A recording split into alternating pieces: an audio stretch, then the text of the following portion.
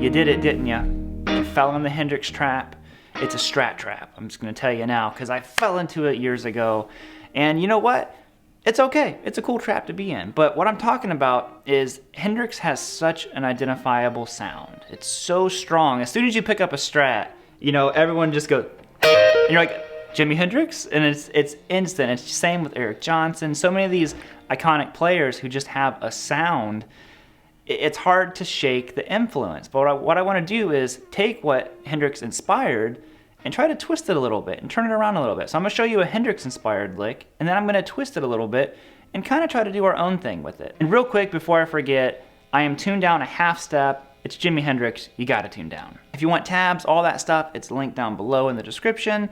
Also, something new going down. I started a second channel. So if you dig these short lessons, I'm just going to be kind of having these extended chit chat, talk about the subject videos on a whole second channel called Tone Quest. So check that out. That's linked down below as well. Let's get into it.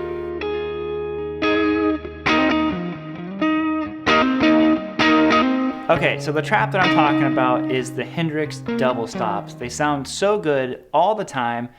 It's hard to not want to just play them the way Hendrix does it. So I'm going to show you a way that, kind of like a more Hendrix influenced version, and then we're going to twist it up. So we're going like this.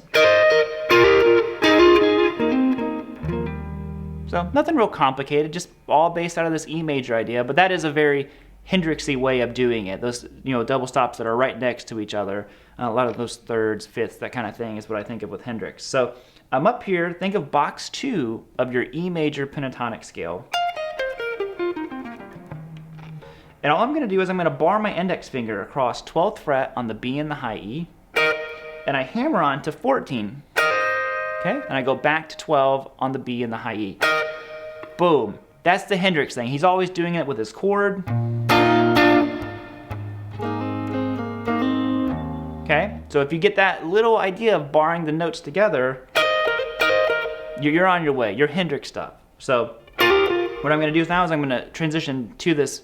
It's kind of bridging box 1 and 2. So you're going to be going to 11 on the G, to 12 on the B, and I'm going to hammer on to 13 on the G. Okay, see how I pick those two notes, hammer on, pick it again. So I'm doing the same pattern through all of these.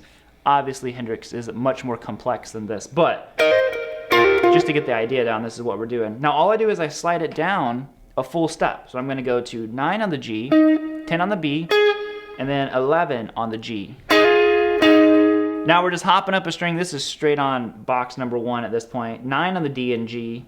Hammer on to that 11. Back to 9 on the D and G. Go up one more time. Same thing. 9 on the A and the D. Hammer on 11. Back to that one. And then you can end this nice E major chord.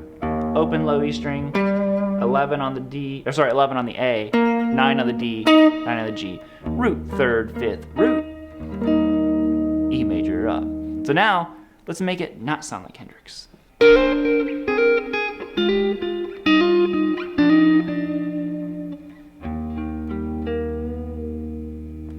Like that really weird out of tune note there, but it kind of worked. I dug it. So here we go. Now what I'm doing is it's kind of a double stop, but what's happening is I'm not doing the strings that are right next to each other. I'm skipping a string. This is something that I really recommend all guitar players learn how to harmonize in sixth. Do it everywhere on the guitar neck. It's so powerful. I learned this actually from John Mayer, which probably got it from Stevie Ray Vaughan, Hendrix, all those guys. But when you do it this way, it doesn't really sound like Hendrix anymore, but I'm pretty much using a lot of the same notes. So listen before. Okay, well I went. Okay, so it's similar. I've taken the Hendrix influence, but I changed it a little bit.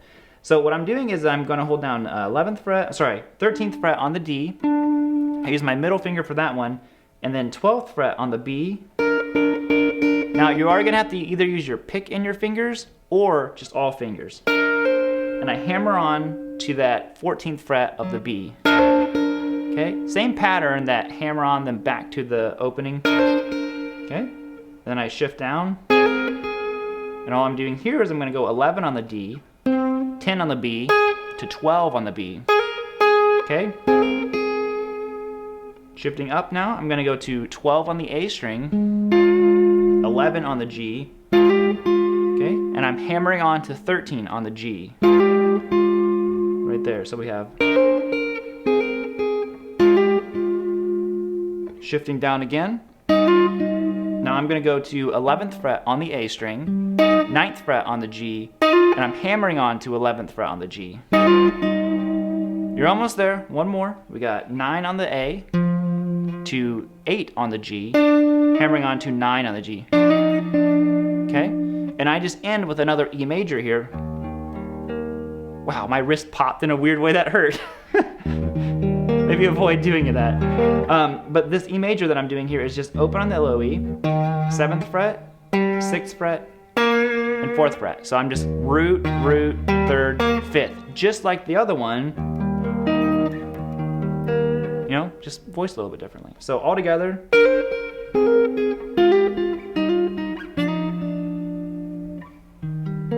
Okay, now let's hear them next to each other. Like I said, the first one was so inspired by Hendrix, then we changed it.